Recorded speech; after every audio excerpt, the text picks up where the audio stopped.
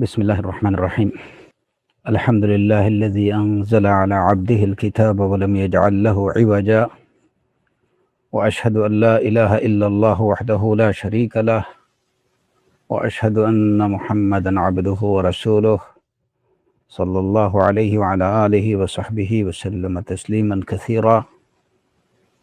وبعد، إخوتي الكرام، আসসালামু আলাইকুম ওয়া রাহমাতুল্লাহি ওয়া বারাকাতুহু। আমরা আমাদের আজকের আলোচনার মূল বিষয়বস্তু হলো তাফসীরুল কোরআনুল কারীম। তাফসীরুল কোরআনের শুরুতে আমরা আলোচনা করে যাচ্ছি আউযু বিল্লাহি মিনাশ শাইতানির রাজীম সম্পর্কে। তো আলোচনার ধারাবাহিকতায় সর্বশেষ আমরা আউযু বিল্লাহ সম্পর্কে যে বিষয়টি আলোচনা করেছিলাম সেটি ছিল যে শয়তান মানুষকে কিভাবে প্রতারিত করে বা ধোঁকা দেয়। আমরা সর্বশেষ আলোচনায় বলেছিলাম যে শয়তান মানুষকে দুইভাবে ধোঁকা দিয়ে থাকে। একটি হচ্ছে শুবহাত এবং আরেকটি হচ্ছে শাহওয়াত। প্রধানত এই দুটি উভয়, শুবহাত এবং শাহওয়াত, এই দুটি মাধ্যমেই শয়তান মানুষকে রাখে। আমরা ইতিমধ্যে শুবহাত নিয়ে কিছুটা আলোচনা করেছিলাম। আজকের আলোচনায় আমরা শয়তান শুবহাত তৈরি করে পথভ্রষ্ট করে এবং শাহওয়াতের মাধ্যমে এটা আলোচনার আল্লাহ সুবহানাহু ওয়া তাআলা আত-তাওফীক ওয়াস সাদাদ। শুবহাতের বিষয়ে আমরা দেখেছি যে শয়তান কোরআনে কারীম সম্পর্কে, কোরআনে কারীমের আয়াত সম্পর্কে মানুষের মনের মধ্যে বিভিন্ন ধরনের সংশয় তৈরি করে দেয়, যে সংশয়ের পরিপ্রেক্ষিতে এক সময় কোরআনে কারীমের সত্যতা এবং বিশুদ্ধতা নিয়ে মুসলিম হওয়া সত্ত্বেও অনেকের মনে প্রশ্ন দেখা দেয় এই সংশয়ের শিকারে। এবং এই শুবহাতের দ্বারা শয়তানের শুবহাতের শিকার হয়ে যারা পথভ্রষ্ট হয় তাদের অধিকাংশই সমাজের শিক্ষিত লোক, কথিত বুদ্ধিজীবী, তারাই কিন্তু এর দ্বারা বেশি আক্রান্ত হয়ে থাকে। কোরআনে কারীমের যথার্থতা নিয়ে, কোরআনে কারীমের বিভিন্ন আয়াতের বিশুদ্ধতা নিয়ে কিংবা বিভিন্ন হুকমের যথার্থতা নিয়ে তাদের মনের মধ্যে সংশয় জাগে। আমরা সংশয় শুবহাতের বিষয়গুলোকে যদি আমরা পর্যালোচনা করি, যে শয়তান মানুষের মনের মধ্যে দ্বীন সম্পর্কে যে শুবহাতগুলো তৈরি করে, সংশয়গুলো তৈরি করে দেয়, তাহলে আমরা দেখি যে এই শুবহাতগুলো প্রধানত দুরকম হয়ে থাকে। কিছু শুবহাত যেগুলা হচ্ছে দ্বীনের মৌলিক বিষয়ে সংশয় তৈরি করে, আরেকটি হচ্ছে যে দ্বীনের ধারক বাহক যারা তাদের সম্পর্কে সংশয় তৈরি করে। তো প্রধানত দ্বীনের বিষয়ে এই দুই ধরনের শুবহাত তৈরির মাধ্যমে, সংশয় তৈরির মাধ্যমেই আমরা যেটুকু বলছিলাম যে শয়তান শুবহাতের মাধ্যমে মানুষকে পথভ্রষ্ট করে এবং এই শুবহাতটা প্রধানত দুটি বিষয় হয়ে থাকে। একটি হচ্ছে দ্বীনের মৌলিক বিষয়। দ্বীনের মৌলিক বিষয়ের মধ্যে যেমন কোরআনে কারীম নিয়ে মানুষের মনে সংশয় তৈরি করে, রাসূলুল্লাহ সাল্লাল্লাহু আলাইহি ওয়াসাল্লামের সুন্নাহ সম্পর্কে মানুষের মধ্যে সংশয় তৈরি করে। যেমন আমরা ইতিমধ্যে বলেছিলাম যে কোরআনে কারীমের নাসিখ এবং মানসুখ যে আয়াতগুলো আছে, সেই নাসিখ মানসুখ নিয়ে মানুষের মনের মধ্যে সংশয় তৈরি করে এই মর্মে যে যদি এই কোরআন বা এটুকু যদি আল্লাহর কালাম হতো তাহলে এক সময় একটা হুকুম দিয়ে পরবর্তীতে সেটা রহিত করার প্রয়োজন কেন হতো? তো এই সমস্ত সংশয় বা সন্দেহ দ্বারা তারা প্রমাণ করতে চায় যে কোরআনের বিশুদ্ধতা নিয়ে প্রশ্ন তুলতে চায়, এটা আল্লাহর কালাম আদৌ কিনা। সুবহানাল্লাহ ও মাআযাল্লাহ।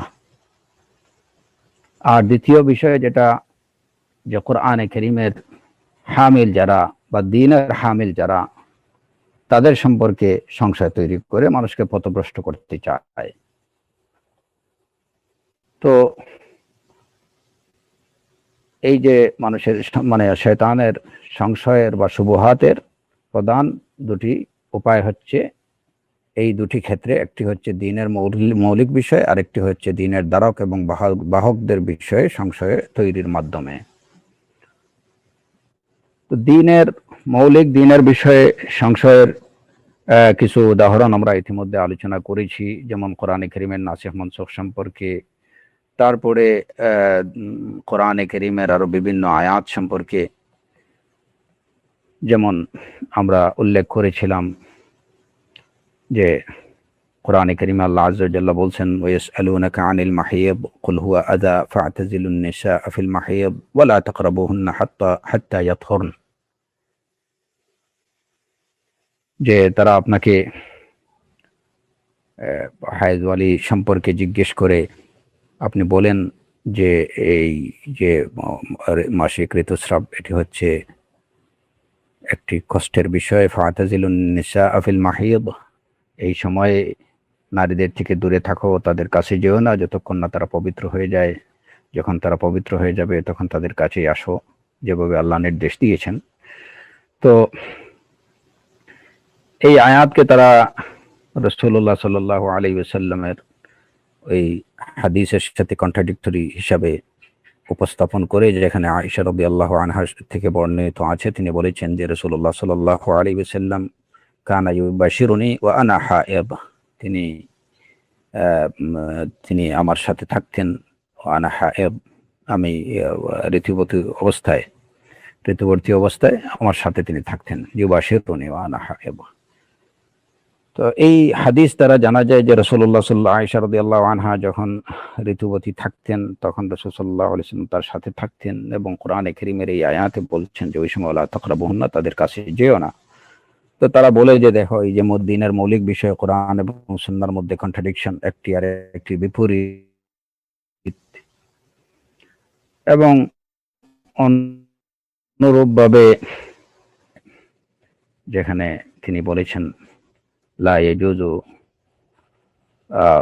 ইয়াজুজু সালাতুল হাইদ ইল্লা বিখিমার, লা ইয়াজুজু সালাতুল হাইদি ইল্লা বিখিমারিন, যে ঋতুবর্তী মহিলার জন্য সালাত আদায় করা জায়েজ নেই, তবে বিখিমার দিয়ে, মানে ওড়না দিয়ে, বড় চাদর দিয়ে, বড় চাদর ছাড়া ঋতুবতী নারীর সালাত আদায় করা জায়েজ নেই। আর রাসূলুল্লাহ সাল্লাল্লাহু আলাইহি ওয়াসাল্লাম থেকে বর্ণিত অন্য হাদিসে এবং কোরআনে কারীমের এই আয়াত দ্বারাও এইটুকু স্পষ্ট যে এই সময় ওয়ালা তাকরাবুহুন্না হাত্তা ইয়াতহুরনা ফাইদা তাতাহহারনা ফাতুহুন্না মিন হাইসু আমারাকুমুল্লাহ, এই আয়াত থেকে জানা যায় যে নারীরা ওই সময় তারা অপবিত্র থাকেন, যে কারণে পুরুষদের জন্য বা স্বামীদের জন্য তাদের কাছে যাওয়া নিষিদ্ধ। এবং রাসূলুল্লাহ সাল্লাল্লাহু আলাইহি ওয়াসাল্লামের বিশুদ্ধ হাদিস থেকে জানা যায় যে ঋতু চলাকালীন অবস্থায় সালাত আদায় করা নারীদের জন্য হারাম। অথচ অন্য হাদিসে রাসূল সাল্লাল্লাহু আলাইহি ওয়াসাল্লাম বলেছেন লা ইয়াজুজু সালাতুল হাইদ ইল্লা বিখিমারিন, যে ও বড় চাদর না পরে ঋতুবতীদের সালাত আদায় করা জায়েজ নেই। তার মানে কি, যে বড় ওড়না বা বড় চাদর পরে তাদের জন্য, ঋতুবতী হলেও তাদের জন্য সালাত আদায় করা জায়েজ আছে। তো এই সমস্ত এইভাবে মানে বাহ্যিকভাবে কন্ট্রাডিক্টরি কোরআনে কারীমের আয়াত বা রাসূলুল্লাহ সাল্লাল্লাহু আলাইহি ওয়াসাল্লামের সুন্নাহগুলোকে তারা সামনে নিয়ে আসে এবং বলে যে এই দেখো, যে এখানেই একটা আরেকটার সাথে, একটি হুকমের আরেকটি হুকমের সাথে বৈপরীত্য রয়েছে, সুতরাং এইগুলা কি হতে পারে না।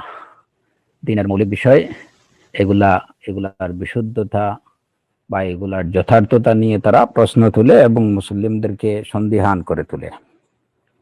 এটা হচ্ছে আসলে শয়তানের এই যে শুবহাতের যে অস্ত্র, যেটা সেই অস্ত্রের আঘাতে শিকার হয়ে থাকে তারাই এই সমস্ত প্রশ্ন উত্থাপন করে।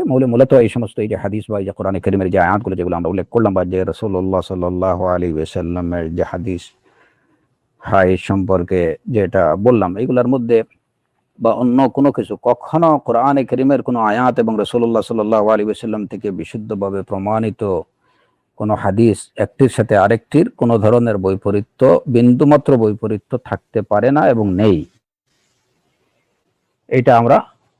এটা এই বিষয়টা সুনিশ্চিত। কোরআনে কারীমের দুটি আয়াত পরস্পর বিপরীত হবে না, কখনো হবে না। অনুরূপভাবে কোরআনে কারীমের কোনো আয়াত রাসূলুল্লাহ সাল্লাল্লাহু আলাইহি ওয়াসাল্লামের বিশুদ্ধ হাদিসের বিপরীত হতে পারে না, বা রাসূল সাল্লাল্লাহু আলাইহি ওয়াসাল্লামের কোনো বিশুদ্ধ হাদিস কোরআনে কারীমের কোনো হুকমের বিপরীত হতে পারে না, হবে না, কখনো হবে না। কিন্তু বাহ্যিকভাবে এই যে কিটা দেখা যায়, বৈপরীত্যটা দেখা যায়, এটা হচ্ছে যে আমরা সঠিকভাবে এর অর্থটা না বুঝার কারণে বা এর ফাহামটা সালাফে সালেহিন থেকে না নেওয়ার কারণে আমাদের কাছে এই বৈপরীত্যটা দেখা দেয়, বা আমরা মনে করি যে এটা একটা আরেকটার বিপরীত। যদি এই বিষয়গুলো সম্পর্কে কোরআনে কারীমের এই সময় এরকম যে আয়াতগুলো আছে, সেই আয়াতগুলোর ফাহামটা যদি সাহাবায়ে কেরামদের থেকে নেওয়া হয়, অনুরূপভাবে রাসূলুল্লাহ সাল্লাল্লাহু আলাইহি ওয়াসাল্লামের আহাদিসগুলোর ফাহাম যদি সাহাবায়ে কেরামদের থেকে নেওয়া হয়, তাহলে দেখা যাবে যে এটা আসলে একটা আরেকটার সম্পূরক বা একটা আরেকটার ব্যাখ্যা। এই দুটির মধ্যে কোনো ধরনের বৈপরীত্য, বিন্দুমাত্র বৈপরীত্য নেই। শয়তান চেষ্টা করে দ্বীনের এই সমস্ত মৌলিক বিষয়ে মানব জাতিকে সন্দিহান করে তোলার জন্য, এবং বিশেষ করে যারা মুসলিম ইমানদার বলে নিজেদেরকে দাবি করে, তাদের মনে এই সন্দেহগুলোকে আরো গাঢ় করে দেয়, এই সংশয়গুলো তৈরি করে যে দেখো তোমাদের কোরআনের মধ্যে এরকম বৈপরীত্য আছে, এক আয়াত আর এক আয়াতের বিপরীত, তোমাদের নবীর হাদিস কোরআনের সাথে কন্ট্রাডিক্টরি। হ্যাঁ, সুতরাং এটা যে একদম সত্য ধর্ম বা সত্য দিন, এইটা নিয়ে তাদের মনের মধ্যে তখন সন্দেহের উদ্রেক হয়।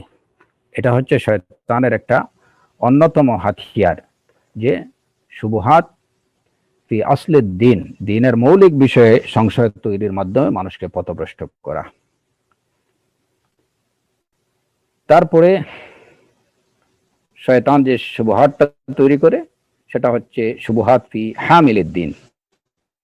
দ্বীনের হামিল যারা, দ্বীনের বাহক যারা, ধারক যারা,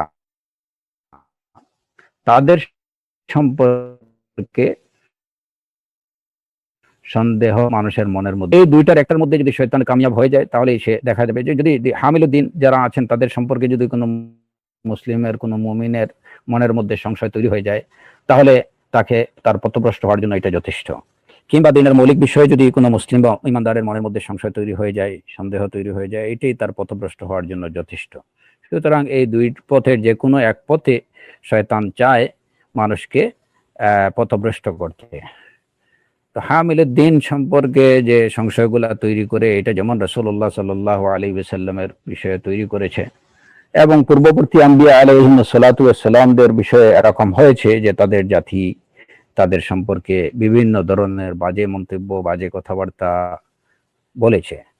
অনুরূপভাবে রাসূলুল্লাহ সাল্লাল্লাহু আলাইহি ওয়াসাল্লামের ক্ষেত্রেও তার জাতিরা তার সম্পর্কে বিভিন্ন ধরনের বাজে কথাবার্তা বলেছে। তো এগুলা হচ্ছে যে হামিলুদ্দিন সম্পর্কে শয়তান এই যে বিভিন্ন সংশয় তৈরি করে দিয়েছিল, যার পরিপ্রেক্ষিতেই তারা এই সমস্ত কথা বলেছে।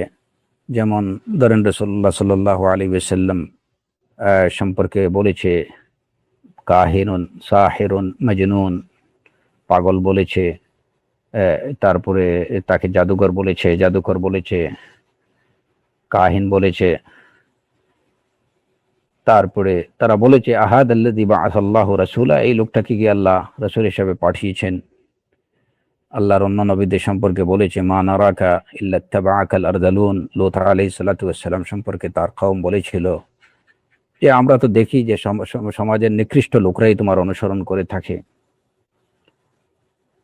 তাদের জাতি বলেছিল আহাদ আল্লাযী বাআসাল্লাহু রাসূলা, আল্লাহ কি আর লোক পায়নি, এই লোকটাকে নবী পাঠিয়েছে, নবী হিসেবে পাঠিয়েছে, রাসূল হিসেবে পাঠিয়েছে। তো এটা হচ্ছে হামিলুদ্দিন সম্পর্কে বা দিনের বাহক যারা তাদের সম্পর্কে সংশয় তৈরি করে দিয়েছিল এমনিভাবেই।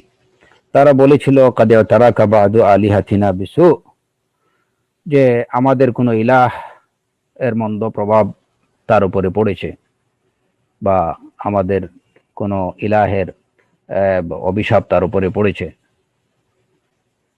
তো অনুরূপভাবে রাসূলুল্লাহ সাল্লাল্লাহু আলাইহি ওয়াসাল্লামের চলে যাওয়ার পরে ওয়ারাসাতুল আম্বিয়া উলামায়ে কেরাম সম্পর্কেও যুগে যুগে দেখা যায় যে শয়তান মানুষের মধ্যে সংশয় তৈরি করে, এবং যার পরিপ্রেক্ষিতে উলামায়ে কেরামদের সম্পর্কে, আহলে সুন্নাহ ওয়াল জামাত সম্পর্কে, হামিলুল লিওয়ায়ে দ্বীনদের সম্পর্কে, দ্বীনের ধারক বাহকদের সম্পর্কে যুগে যুগে প্রতিটি ক্ষেত্রেই দেখা যায় যে বিভিন্ন ধরনের বাজে কথাবার্তা সমাজে শোনা যায়। উলামায়ে কেরামদের সম্পর্কে, সত্যিকার হক্কানি উলামায়ে কেরামদের সম্পর্কে মুসলিমদের মুখে উচ্চারিত হয় যে ওনারা মুতাশাদ্দিদ, ওনারা মুতাআসসিব, তারপরে ওনাদের সম্পর্কে আরো অনেক বাজে কথা। যারা দিন প্র্যাকটিস করে, যারা সুন্নাহর অনুসরণ করে, যারা সুন্নাহ মেনে চলে, যারা সুন্নাহর দাওয়াত দেয়, তাদের সম্পর্কে বিভিন্ন কথাবার্তা এখনো প্রচলিত আছে এবং চলছে, এবং এটা যুগে যুগে হতেই থাকবে, কারণ এটা হচ্ছে শয়তানেরই একটা অস্ত্র, যে হামিলুদ্দিন সম্পর্কে মানুষের মনের মধ্যে সংশয় তৈরি করবে। এখন প্রকৃত উলামায়ে কেরামদের সম্পর্কে তারা মনে করে যে এরা কট্টরপন্থী, এরা মৌলবাদী, এরা জঙ্গি, এরা মুতাশাদ্দিদ, এরা মুতাআসসিব। এমনকি দেখা যায় যে যারা মানে নিজেদেরকে দ্বীনের প্র্যাকটিশনার হিসাবে দাবি করেন, এমনকি অনেক সকল দুআতরাও হক্কানি উলামায়ে কেরামদের সম্পর্কে এই মন্তব্য করতে তারা কোনো ধরনের দ্বিধাবোধ করে না যে ওনারা হচ্ছেন মুতাশাদ্দিদ, খুব কট্টরপন্থী, ওনারা যুগের উপযোগী যে সমস্ত বিষয়গুলোকে আমলে নিতে চান না বা এগুলাকে বিবেচনায় নিতে চান না, ওনারা কট্টরপন্থী। এগুলা অনেক মানে যারা নিজেদেরকে দ্বীনের দায়ী বলে দাবি করে, তাদের মুখেও কিন্তু আহলে সুন্নাহ ওয়াল জামাতের উলামায়ে কেরামদের সম্পর্কে এরকম বিরূপ মন্তব্য করতে শোনা যায়। এগুলা হচ্ছে, এটা বুঝতে হবে যে এরা হচ্ছে শয়তানের হামিলু লিওয়ায়ে দ্বীনদের সম্পর্কে শুবহাতের দ্বারা এরা আক্রান্ত। শয়তান তাদেরকে ওই অস্ত্র দ্বারা, যে দ্বীনের ধারক বাহকদের সম্পর্কে তাদের মনের মধ্যে বিভিন্ন সংশয় উদ্রেক করার মাধ্যমে তাদেরকে পথভ্রষ্ট করতে চায়, এবং তারা শয়তানের সেই শিকারে আক্রান্ত। তো উলামায়ে কেরামদের সম্পর্কে অন্যান্য সাধারণ অনেক সময় মুসলিমদের মুখেই, যেমন যারা সুন্নাহর অনুসারী, অনেক সময় লম্বা দাড়িওয়ালা, সুন্নাহ অনুযায়ী যারা দাড়ি রাখেন, তাদের সম্পর্কে যে এই যে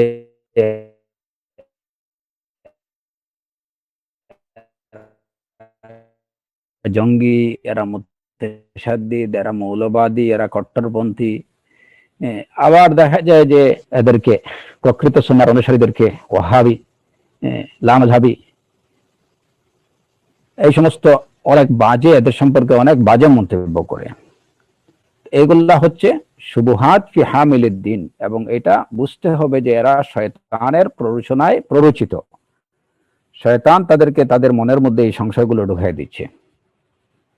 যুগে যুগে যেখানেই দেখবেন যে যারা সত্য এবং সঠিক পথের অনুসারী, যারা সত্য এবং মানে সঠিক পথে চলতে চায়, যারা কোরআন এবং সুন্নাহকে অনুসরণ করে চলতে চায়, এদের পিছনেই লোক লেগে থাকে। এদের সম্পর্কেই সমাজে বিভিন্ন ধরনের মানে কুৎসা রটনা হয়, মিথ্যা অপবাদ তাদের উপরে আরোপ করা হয়।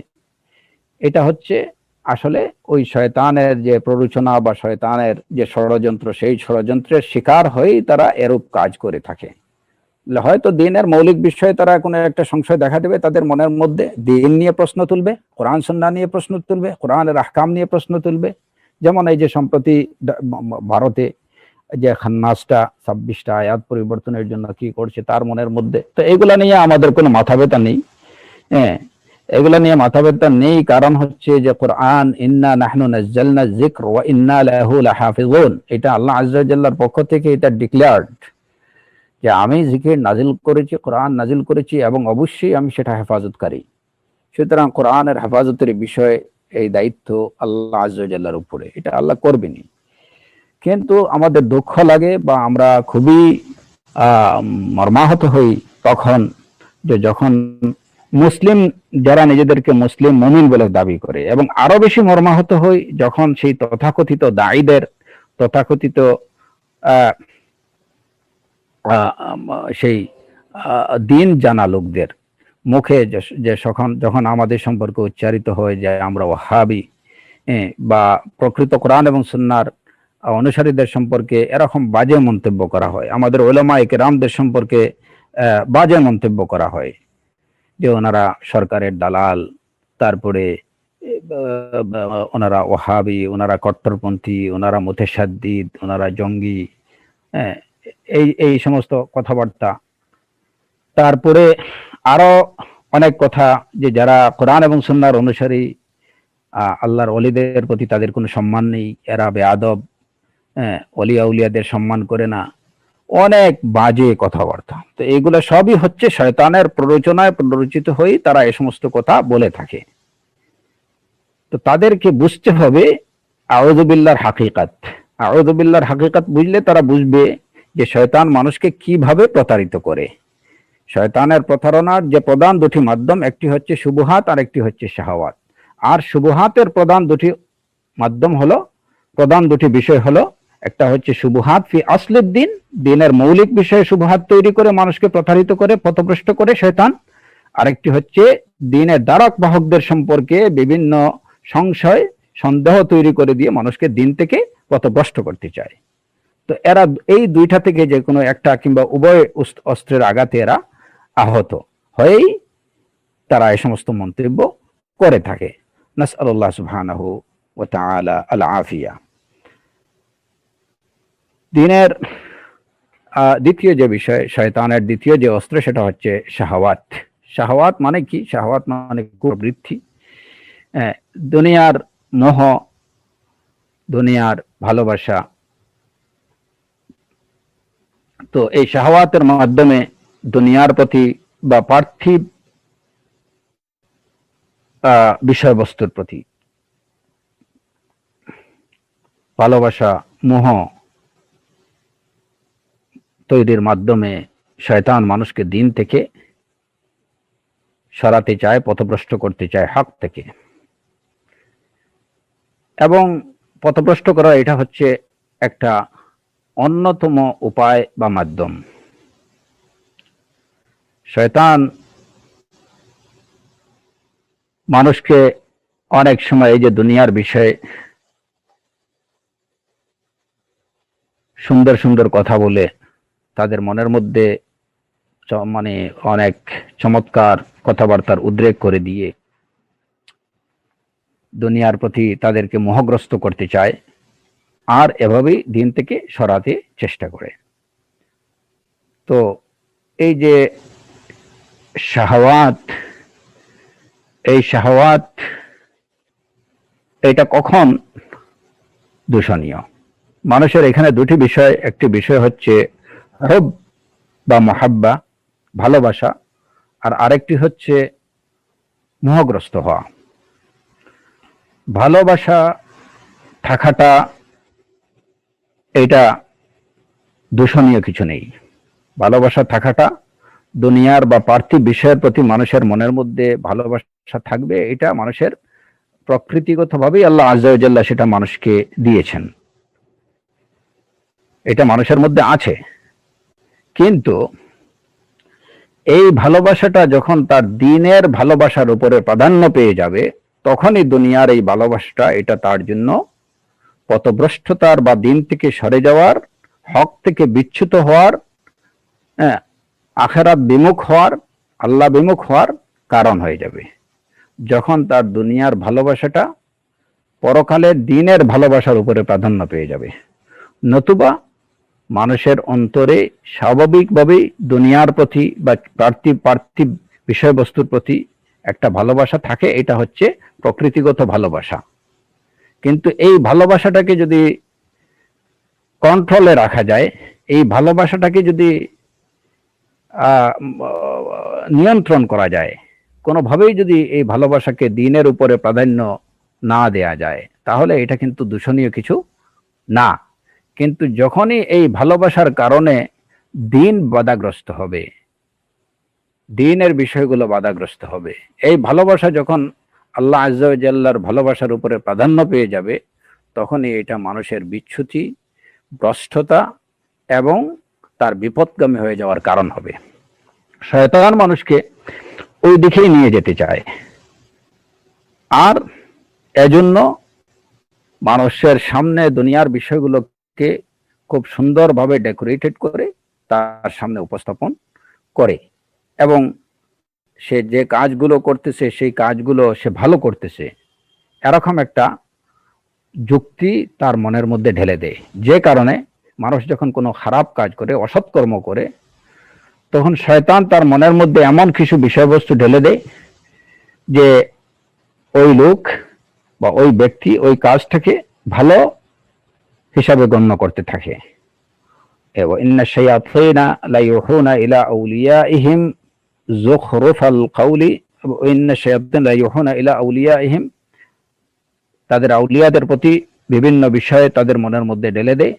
এবং এই যে অন্য আয়াতে আল্লাহ আযজা ওয়া জাল্লা বলছেন, ইউহি বা'দুহুম ইলা বা'দিন যুখরুফাল কাউলি গুরুরা, যুখরুফাল কাউল, মনের মধ্যে অত্যন্ত সুন্দর চমৎকার কথাবার্তা এনে দেয়। তো যেমন মানুষ যখন একটা অন্যায় কাজ করে, তখন এটার উপরে যেন সে লজ্জিত বা অনুতপ্ত না হয়, কারণ লজ্জিত বা অনুতপ্ত হয়ে গেলেই মানুষ তওবার পথে হাঁটতে শুরু করবে। আর শয়তানের কাজ হচ্ছে ওই তওবা থেকে মানুষকে বিরত রাখা। সে কারণে যখন কোনো ব্যক্তি কোনো খারাপ অন্যায় কাজ করে, অসৎকর্ম করে, তখন সেই অসৎকর্মটাকে, যে এটা তুমি অসৎকর্ম করোনি, এইটা কাজ খুব একটা খারাপ কিছু না, এটা ভালো, এই মর্মে তার মনের মধ্যে বিভিন্ন ধরনের যুক্তি উপস্থাপন করতে শুরু করে। তো এই হচ্ছে শয়তানের শাহওয়াতের দ্বারা মানুষকে শিকার করার যে মাধ্যমগুলো, সেই মাধ্যমগুলোর একটা মাধ্যম হচ্ছে যে অন্যায় কর্মগুলোকে ন্যায় কর্ম বলে বিভিন্ন যুক্তি মনের মধ্যে উপস্থাপন করা। কারণ যখন ব্যক্তি অন্যায় করবে এবং সে অন্যায়টাকে যুক্তিযুক্ত করার কোনো কারণ সে খুঁজে পেয়ে যাবে, তখন সে অন্যায়টাকে আর অন্যায় মনে করবে না এবং সে অনুতপ্ত বা লজ্জিত হবে না, আল্লাহর কাছে ইস্তেগফার করবে না। আর শয়তান এইটুকু করাতে পারলেই শয়তান সফল। ইউহি বা'দুহুম ইলা বা'দিন যুখরুফাল কাউলি গুরুরা, এর জন্য সে বিভিন্ন ধরনের কথাবার্তা উত্থাপন করে। যেমন এর উদাহরণ একটা উদাহরণ দিই আমি। যেমন ধরেন হয়তো একটা লোক সুদ খেলো, তো প্রথমত এই সুদের বিষয়টাকে যে এটা বলবে যে না এটা নিয়ে তোমার চিন্তা করার কারণ নেই, যেহেতু তুমি ইসলামী ব্যাংক থেকে সুদ নিছো, এটা একদম 100% এটা কি হালাল। তো এখন আর বিষয়টাকে সে সুদ মনে করবেই না, কারণ ইসলামী ব্যাংক থেকে নিছে, এটা শরিয়া ভিত্তিক পরিচালিত। সুতরাং তুমি শরিয়া ভিত্তিক পরিচালিত একটা ব্যাংক থেকে তুমি সুদ নিছো, এটা সুদ না। ইউহি বা'দুহুম ইলা বা'দিন যুখরুফাল কাউলি গুরুরা, এই আয়াতের যথার্থতা যে শয়তান কিভাবে তার একে অন্যের প্রতি, তাদের একজন আরেকজনের প্রতি, শয়তান তার অনুসারীদের মনের মধ্যে বিভিন্ন সুন্দর কথাবার্তাগুলো ঢুকে দেয়। তারপরে যেমন হয়তো একজন লোক চুরি করলো, চুরি করার পরে তার মনের মধ্যে কি দিল যে যেটা করছো তুমি তো অন্যায় করোনি, কারণ তুমি এটা এনে তো তুমি নিজে খাচ্ছ না পুরাটা, তোমার বিবি বাচ্চাদেরকে খাওয়াচ্ছ, সন্তান সন্ততিদেরকে খাওয়াচ্ছ, তাদের প্রতি তোমার একটা হক আছে, তোমার প্রতি তাদের হক আছে, তুমি এটা আনছো, ভালো করছো। কারণ এই যে সমাজপতিরা আজকে যাকাত দিচ্ছে না, তারা পুঁজিবাদী হয়ে আছে, তো অবশ্যই এই সমাজের নাগরিক হিসাবে তোমার তো তাদের প্রতি একটা হক আছে। ওরা যে হকটুকু আদায় করছে না, সেটাই হয়তো তুমি তাদেরকে না জানিয়ে নিয়ে আসছো। এতটুকুই অন্যায় হলে এতটুকুই যে তুমি বলে নিয়ে আসা দরকার ছিল, না জেনে বলে বা না বলে নিয়ে আসছো, এইটা এমন কিছু না। আর এনে তো তুমি সেটাকে তোমার পরিবার পরিজনের জন্যই খরচ করছো, তো তুমি অন্যায় করলা কি? তাছাড়া তুমি না হয় রাতের আধারে 2-4 টাকা বা সামান্য কিছু 2-4টা মোবাইল, ল্যাপটপ এগুলা চুরি করছো, দিন দুপুরে যারা মানে তোমার একদম পাহাড় চুরি করছে, খাতা চুরি করছে, বালিশ চুরি করছে, হ্যাঁ, ওরাই তো কোনো লজ্জাবোধ করছে না। তো তোমার অন্যায়টা কোন জায়গায়? হ্যাঁ, হাজার হাজার কোটি টাকা যারা চুরি করছে তাদের তো কোনো অন্যায় হচ্ছে না, তো তোমার এখানে 2, 4, 5, 10 হাজার বা 5-10 লক্ষ টাকা, 20 লক্ষ টাকা নয় তুমি চুরি করে নিয়ে আসলে স্বর্ণ গহনা, এগুলা এগুলা এমন কিছু না, লাবাস।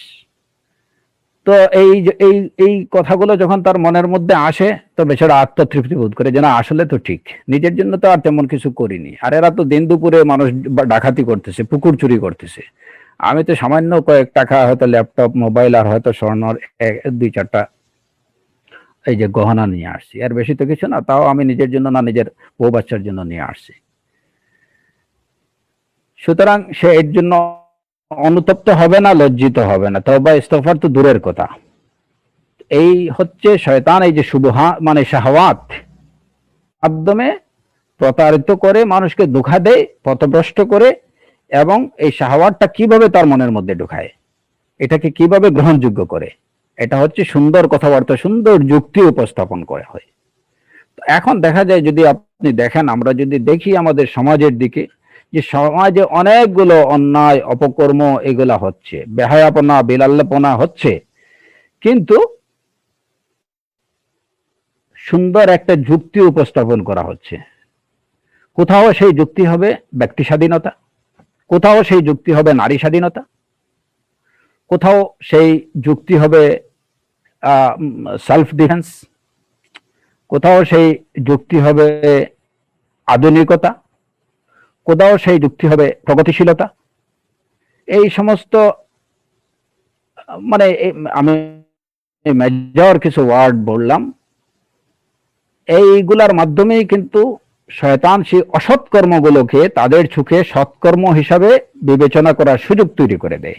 তখন মানুষ সেই মন্দ কর্মগুলোকে, এই বাজে বিষয়গুলোকে সে মনে করে যে এগুলা কিছু না, আর এর বিপরীতে ভালো কাজগুলোকে, এইগুলোকে প্রগতিশীলতার অন্তরায়, উন্নতির পথে বাধা, অগ্রগতির পথে বাধা, এইগুলা বলে বিবেচনা করতে শুরু করে। যেমন ধরেন, হয়তো নারীদের হিজাব সম্পর্কে যখন কথা বলা হবে, তখন বলবে এখন কি আর সেই যুগ আছে? মরুভূমিতে আরবের মহিলারা রাসূলুল্লাহ সাল্লাল্লাহু আলাইহি ওয়াসাল্লামের সময় ওনারা হিজাব করতেন, কারণ প্রচন্ড রোদের মধ্যে তাদেরকে বের হতে হতো, তো সেখানে রোদের প্রোটেকশনের জন্য এটা তাদের জন্য ঠিক ছিল। এখন আমাদের আধুনিক যুগে এটা কেমন কথা, যে একজন নারী একদম চাদর দিয়ে মুড়িয়ে থাকবে, তার কি স্বাধীনতা বলতে কিছু নেই? আপনি যেমন মানুষ, সেও তো তেমনি মানুষ। সুতরাং প্রত্যেকের স্বাধীনতা দিতে হবে, আপনারা স্বাধীনতা হরণ করতে যাবেন না। তো এই কথাগুলো যখন শয়তান মনের মধ্যে এই সংশয়গুলো তৈরি করে, এই সুন্দরভাবে এই কথাগুলো তার মনের মধ্যে ঢুকাই দেয়, তখন সে দেখা যায় যে হিজাবের বিরুদ্ধে, পর্দার বিপক্ষে কথাবার্তা বলতেছে। এমনি ভাবে আরো অন্যান্য বিষয়গুলোকে সে মনে করবে যে এগুলা উন্নতির পথে অন্তরায়, অগ্রগতির পথে অন্তরায়, এগুলা প্রগতিশীলতার বিরুদ্ধে। এখন আসলে প্রকৃত অর্থে সে কোন মানে কোন পথে তার গতি, কোন পথে সে চলছে, এটা সে আসলে বুঝতেই পারছে না। তো শয়তান তো চায় যে তার গতি হোক জাহান্নামের দিকে, তাকে সেই তথাকথিত প্রগতিশীল বানিয়ে তার ঠিকানাটা ওই তার গতি জাহান্নামের দিকেই করতে চায়। এটি তো হচ্ছে শয়তানের ফাইনাল টার্গেট, যে মানুষকে জাহান্নামের অধিবাসী করতে চায়। কারণ শয়তান সে জানে যে তার ঠিকানা হচ্ছে জাহান্নাম। সুতরাং সে সর্বতভাবে চেষ্টা করে যে মানব জাতির কারণেই হয়তো সে যেহেতু এই জাহান্নামের অধিবাসী হয়েছে, চিরস্থায়ী বাসিন্দা হয়েছে, কারণ আদম আলাইহিস সালাতু ওয়াস সালামকে সেজদা না করার কারণেই শয়তানের ঠিকানা জাহান্নাম নির্ধারিত হয়েছে, সে চিরস্থায়ী জাহান্নামী। তো তার মনের মধ্যে এই আক্রোশ সব সময় থেকে থাকে যে আদমের কারণে আমি জান্নাত থেকে বিতাড়িত হলাম, আল্লাহর রহমত থেকে বিতাড়িত হলাম, আমি মালউন হলাম, আমি মারজুম হলাম, আমার ঠিকানা জাহান্নাম নির্ধারিত হলো। সুতরাং সেই আদম সন্তানকে যে কোনো ভাবে আমি জাহান্নামে আমার সাথে আমার সঙ্গী করতে চাই। এর জন্য সে ওয়াদাও করেছে, লাআকুদান্না লাহুম সিরাতাকাল মুস্তাকিম সুম্মা লাআতিয়ান্নাহুম মিন বাইনি আইদিহিম ওয়া মিন খালফিহিম ওয়া আন আইমানিহিম ওয়া আন শামাইলিহিম সুম্মা লা তাজিদু আকসারাহুম শাকিরিন। যে আমি সব দিকে অত পেতে বসে থাকবো, ডানে বামে আগে পিছে সব দিকে অত পেতে বসে থাকবো আপনার সিরাতে মুস্তাকিমের মধ্যখানে, যাতে তারা এই পথে না চলতে পারে। এবং আপনি দেখবেন যে তাদের বেশিরভাগ কি আপনি শুকরগুজার পাবেন না। সুম্মা লা তাজিদু আকসারাহুম শাকিরিন। তো যে কথাটি শুরুতে বলেছিলাম যে দুনিয়ার প্রতি ভালোবাসা বা পার্থিব বিষয়বস্তুর প্রতি ভালোবাসা, এটা মানুষের থাকতেই পারে। কোরআনে কারীমে এ সম্পর্কে আল্লাহ সুবহানাহু ওয়া তাআলা বলেছেন, যুয়্যিনা লিন-নাসি হুব্বুশ শাহাওয়াতি মিনান নিসাই ওয়াল বানিনা ওয়াল কানাতিরিল মুকানতারাতি মিনাজ যাহাবি ওয়াল ফিদ্দাতি ওয়াল খাইলিল মুসাওওয়ামাতি ওয়াল আনআমি ওয়াল হারথ যালিকা মাতাউল হায়াতিদ দুনিয়া ওয়াল্লাহু ইনদাহু হুসনুল মাআব। এই আয়াতে আল্লাহ আযজা ওয়া জাল্লা বলেছেন যে মানব জাতির জন্য সুশোভিত করা হয়েছে প্রবৃত্তির প্রতি ভালোবাসা। সেই প্রবৃত্তির ভালোবাসা, সেই প্রবৃত্তির বিষয়গুলো কি এখানে আছে, মিনান নিসা নারী সন্তান সন্ততি, ওয়াল কানাতিরিল মুকানতারা মিনাজ যাহাবি ওয়াল ফিদ্দা রাশিকৃত স্বর্ণ রৌপ্য, ওয়াল খাইলিল মুসাওওয়ামা চিহ্নিত অশ্ব, ওয়াল আনআম গবাদি পশু, ওয়াল হার্স এবং ক্ষেত খামার। এইগুলোকে সুশোভিত করে দেয়া হয়েছে মানুষের জন্য, এইগুলার ভালোবাসা মানুষের মধ্যে দিয়ে দেয়া হয়েছে। যুয়্যিনা লিন-নাসি হুব্বুশ শাহাওয়াত।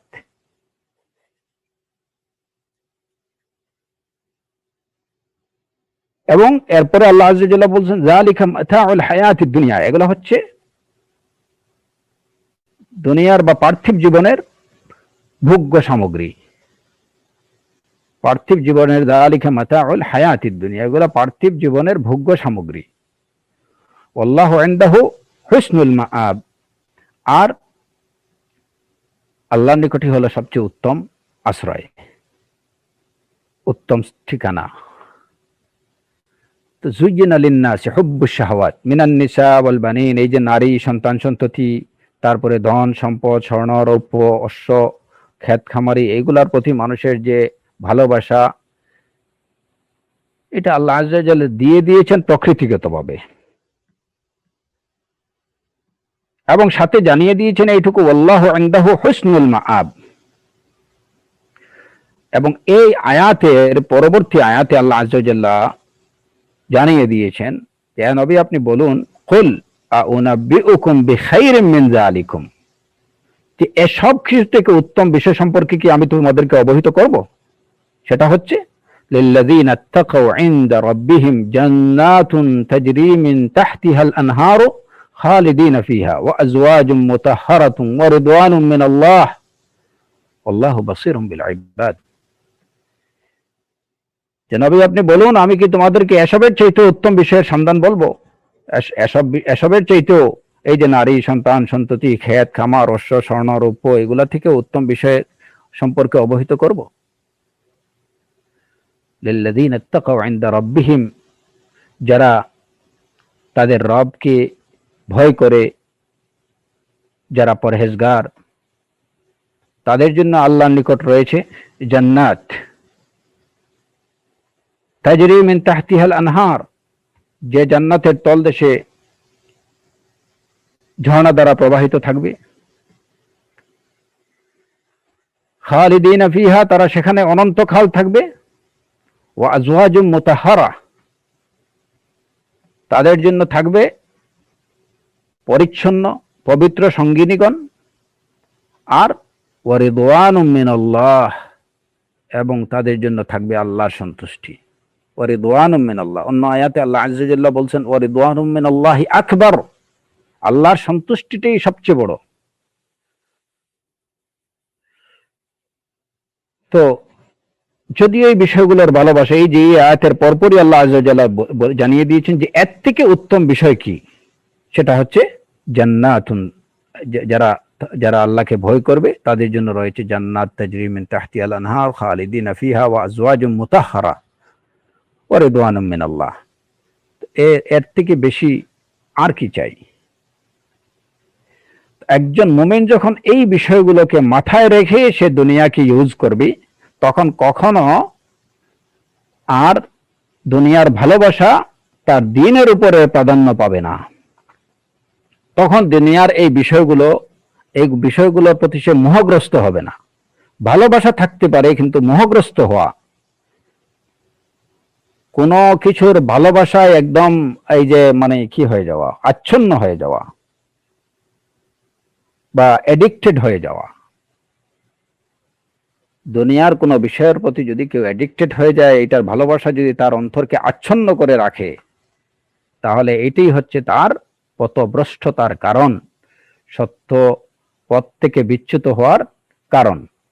নতুবা যেমন সন্তান সন্ততির প্রতি, ধন সম্পদের প্রতি, পার্থিব বিষয়গুলোর প্রতি আমাদের মহাব্বত আছে, যদি এগুলা না থাকে, এখানে যেমন ওই যে কিছু সংখ্যক সুফিদের কথা যে একদম পুরাপুরি দুনিয়া বিমুখ হতে হবে, দুনিয়ার প্রতি কোনো ভালোবাসা থাকতে পারবে না, এই যে কথাটা ডালাওভাবে, এই কথাটি ঠিক না। কারণ রাসূলুল্লাহ সাল্লাল্লাহু আলাইহি ওয়াসাল্লাম বলছেন, আল্লাহ রুহবানিয়্যাতা ফিল ইসলাম, ইসলামের মধ্যে কোনো বৈরাগ্যতা নেই। যেখানে বৈরাগ্যতা নেই সেখানে কি আছে? দুনিয়ার বিষয়গুলো আছে, দুনিয়ার বিষয়গুলো থাকবে। আজকে যদি কারো মানুষের মধ্যে যেমন ক্ষেত খামারের প্রতি যদি ভালোবাসা না থাকে, সন্তান সন্ততির প্রতি ভালোবাসা না থাকে, তাহলে এই সমাজ সুশৃঙ্খল ভাবে চলবে কিভাবে? এই জগৎ তখন অচল হয়ে যাবে। তখন দেখা যাবে যে ঘুম থেকে উঠে কৃষক আর ধানের মাঠে যাচ্ছে না, এই শীতের দিনে কিংবা শীতের দিনে সে ঘুম থেকে উঠে হাল চড়াতে যাচ্ছে না, কৃষি কাজ করতে যাচ্ছে না। তাহলে মানুষ কিভাবে, এই সমাজ চলবে কিভাবে, দেশ চলবে কিভাবে, রাষ্ট্র চলবে কিভাবে? প্রচন্ড শীতের দিনে কিংবা ঝড় তুফানের মধ্যে আজকে জেলেরা যদি সাগরের মধ্যখানে যদি না যায়, তাহলে আমরা মাছের আমিষ পাবো কিভাবে? ব্যবসায়ীরা যদি ঘুম থেকে উঠে তাদের দোকানে গিয়ে পসরাগুলো সুন্দরভাবে সাজিয়ে না রাখে, তাহলে আমরা সেখান থেকে নিজের নিত্য প্রয়োজনীয় বিষয়গুলো নেব কিভাবে? প্রত্যেকটা কাজে মানুষ দুনিয়ার যে যে কাজে আছে, স্বর্ণকার তার স্বর্ণের কাজে আছে, তারপরে যেমন এই যে যারা কামার, এরা যদি দা, কোদাল এগুলা তৈরি না করে, তাহলে কৃষিকাজে যারা আছে তারা কৃষিকাজ করবে কি দিয়ে? তো দেখা যায় প্রত্যেকেরই তার যে জীবিকার যে মাধ্যম আছে, ওই জীবিকার মাধ্যমটার প্রতি তার একটা মহাব্বা আছে, যে কারণে যে মহাব্বতের টানে সে সকালে ঘুম থেকে উঠে শীতের মধ্যে হোক, প্রচন্ড ঝড় বৃষ্টি উপেক্ষা করে হোক, সাগরের ঢেউয়ের মাঝে হোক,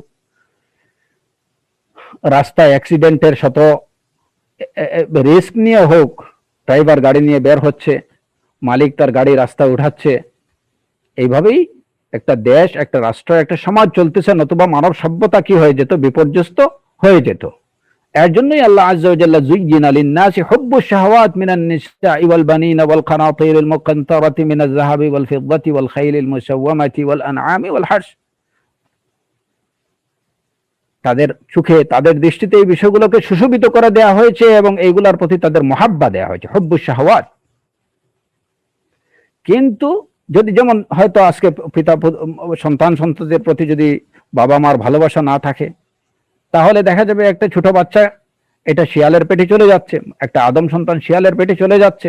কারণ বাচ্চার প্রতি মা বাবার যদি কোনো ভালোবাসা নেই, ড্রেনে ফেলে দিচ্ছে, সে কুকুরের খাবার হচ্ছে, শিয়ালের খাবার হচ্ছে। এইভাবে যদি চলতে থাকে তাহলে মানব সভ্যতা তো বিপর্যস্ত হয়ে যাবে। তো দেখা যায় যে একটা মা কিংবা একটা পিতা সে নিজে না খেয়েও সন্তানকে কিভাবে ভালো রাখা যায় সেই চেষ্টার জন্যই সে দেখা যায় নিজের আরামের ঘুমকে হারাম করে সে নিজে কাজে চলে যাচ্ছে, মা কাজে চলে যাচ্ছে, শত ব্যস্ততার মধ্যেও বাচ্চার দেখাশোনা করছে। এটা কেন? যুয়্যিনা লিন-নাসি হুব্বুশ শাহাওয়াত। সুতরাং এইগুলোকে অপব্যাখ্যা করার কোনো সুযোগ নেই যে দুনিয়ার মহাব্বত একদম অন্তর থেকে ঝেড়ে ফেলে দিতে হবে, এই কথাগুলো হচ্ছে মানে অতিরিক্ত সুফিবাদী কথাবার্তা, যে কথাগুলো ইসলাম সমর্থন করে না।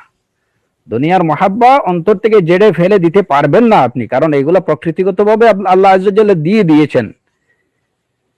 এই দুনিয়া যেন সুশৃঙ্খল ভাবে চলে, মানব সভ্যতা যেন বজায় থাকে, মানব সভ্যতার ধারাবাহিকতা যেন বজায় থাকে, এটাকে অবজ্ঞা করার কিংবা উপেক্ষা করার কোনো সুযোগ নেই। কাজ যেটা করতে হবে, যে এই ভালোবাসাটা যেন আমার দ্বীনের প্রতি, আমার রবের রিদওয়ান মিন আল্লাহর প্রতি যেন এটা প্রতিবন্ধক না হয়, অন্তরায় না হয়।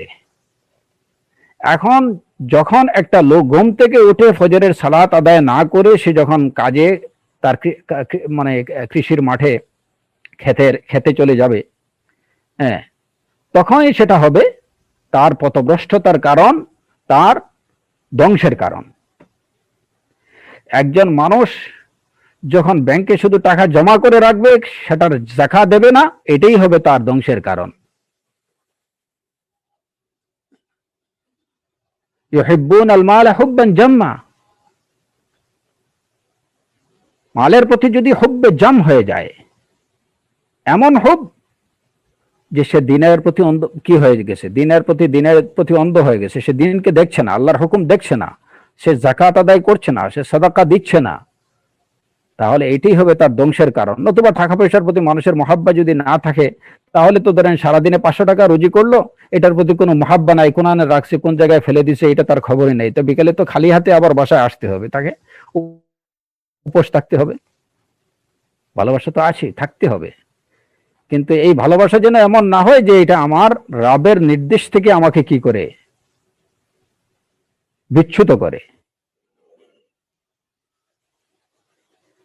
তো এই শয়তান শাহওয়াতের মাধ্যমে মানুষকে পথভ্রষ্ট করে, শাহওয়াত তৈরি করে দেয় যে তুমি টাকা অনেক কষ্ট করে টাকা জোগাড় করছো, এখন যদি তুমি 40 ভাগের 1 ভাগ দিতে থাকো, তাহলে তো অনেক টাকা হয়ে যায়। এত টাকা তুমি কি এমনিতে পাইছো নাকি?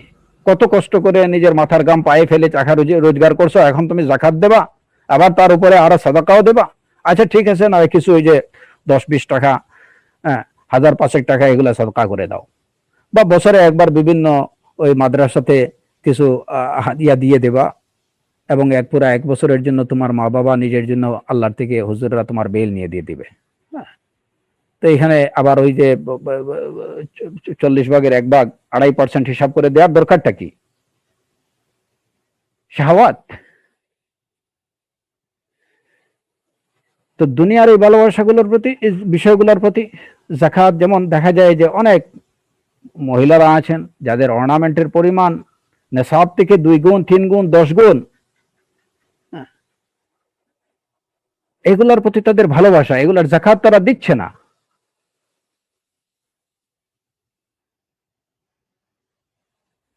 এগুলার যাকাত তারা আদায় করছে না, এগুলোর প্রতি তাদের ভালোবাসা এত বেশি যে যাকাতের হুকুমকে তারা ভুলে যাচ্ছে।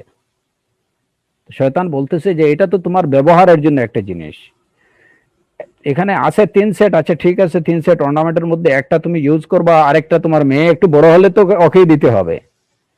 হ্যাঁ, তো ঠিক আছে, এখন যদি নেশাব পরিমাণ চলে যায় তাহলে আরেকটা ওই মেয়ের নামে দিয়ে দাও, তাহলে আর যাকাত দিতে হবে না।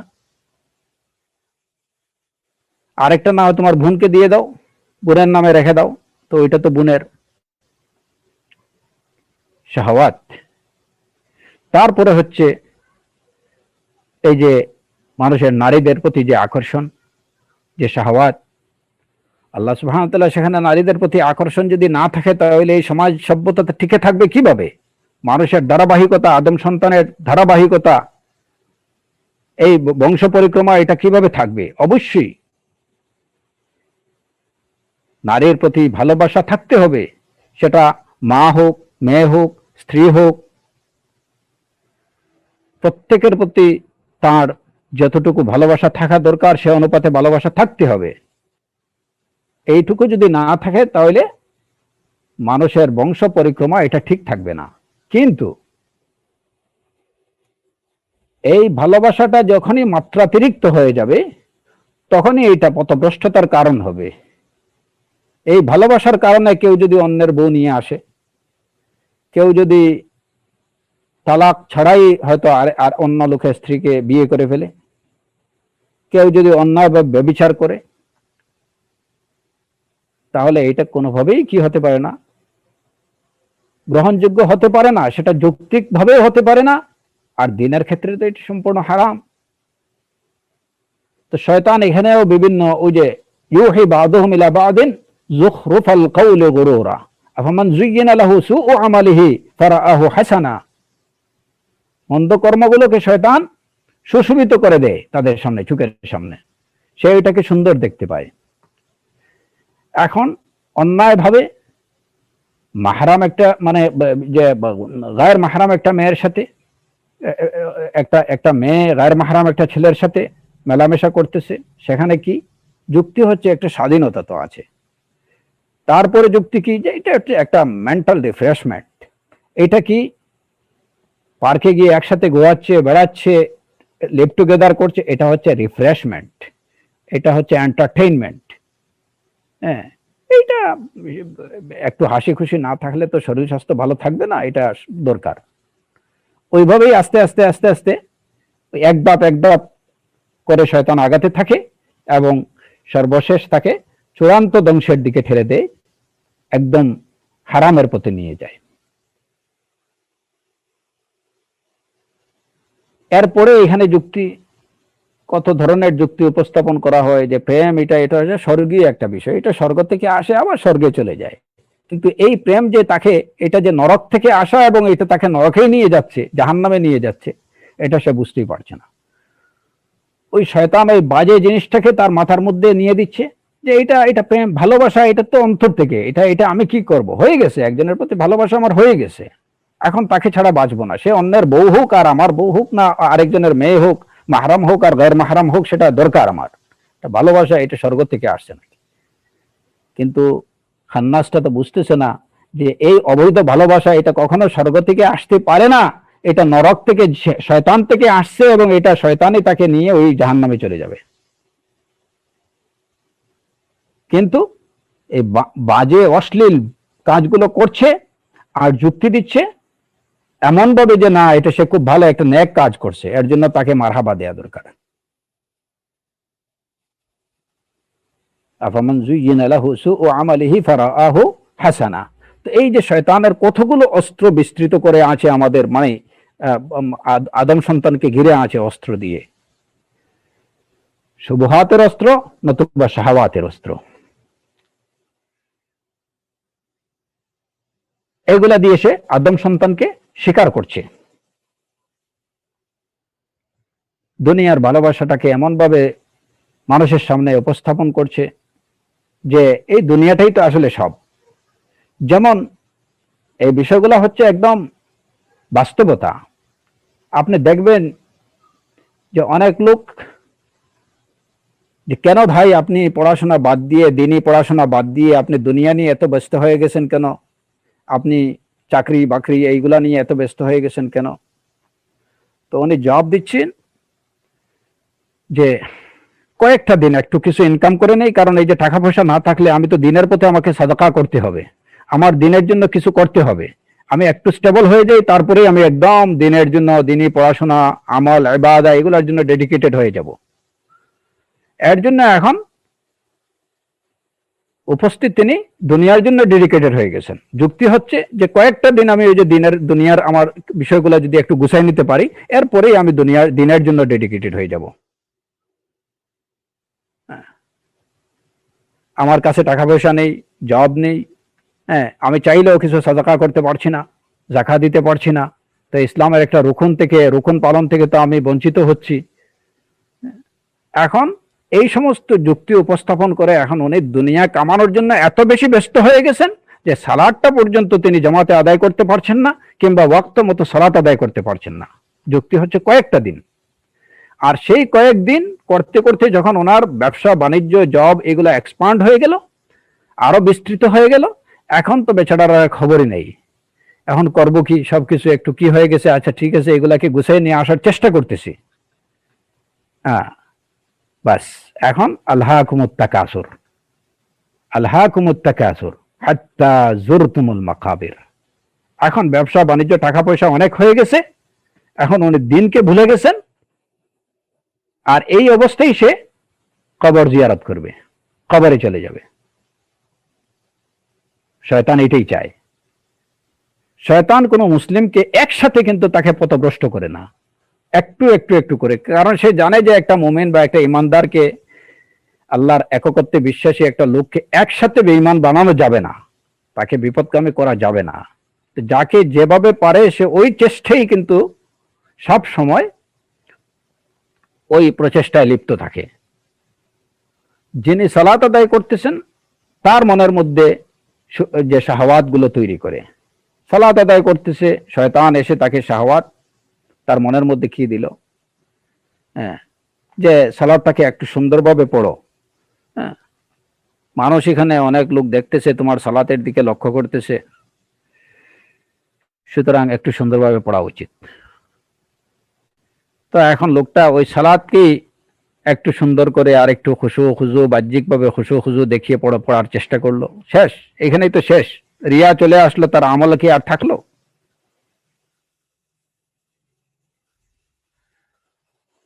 যাকাত দিতে যাচ্ছে, সেটা মাইকিং করে, ট্রাকের উপরে একদম কাপড় লোড করে মাইকিং করে, আগামীকাল এই কোম্পানির পক্ষ থেকে, অমুকের পক্ষ থেকে লুঙ্গি শাড়ি বিতরণ করা হবে। 2-3 বছর এইভাবে করলে চতুর্থ বছর হয়তো একটা ইলেকশনে দাঁড়ানো যাবে। তো শয়তান বলে যে ঠিক আছে, একসাথে তুমি কাজটা তোমার জন্য সহজ, সবাইকে মাইকিং করে একসাথে এক জায়গায় জড়ো করে নাও। তারপরে তুমি যখন দিচ্ছই, এটা অসুবিধা কি? তুমি তো তোমার যাকাত আদায় করতেছো, এটা মানুষ সবাই জানলো, তোমার প্রতি একটা ভালো ধারণা তৈরি হলো। অনেকে মনে করতে পারে যে বেটা ক্যাপিটালিস্ট, যাকাত দেয় না, তো সবাইকে শোনাই দাও, তাহলে তোমার প্রতি আর ওই অপবাদ দেয়া হবে না। ওই যে মানুষের সুমার যে শাহওয়া, যেটা মানুষের কাছে মানুষকে শোনানো, মানুষকে দেখানো, এটাও কিন্তু শাহওয়া। এই ভাব যখন মনের মধ্যে আসবে, মানুষকে শোনানোর, মানুষকে দেখানোর, বুঝতে হবে যে শয়তানের শাহওয়াতের অস্ত্রের দ্বারা সে আঘাতপ্রাপ্ত হচ্ছে, শয়তান তাকে শাহওয়াত দ্বারা শিকার করতে চাচ্ছে।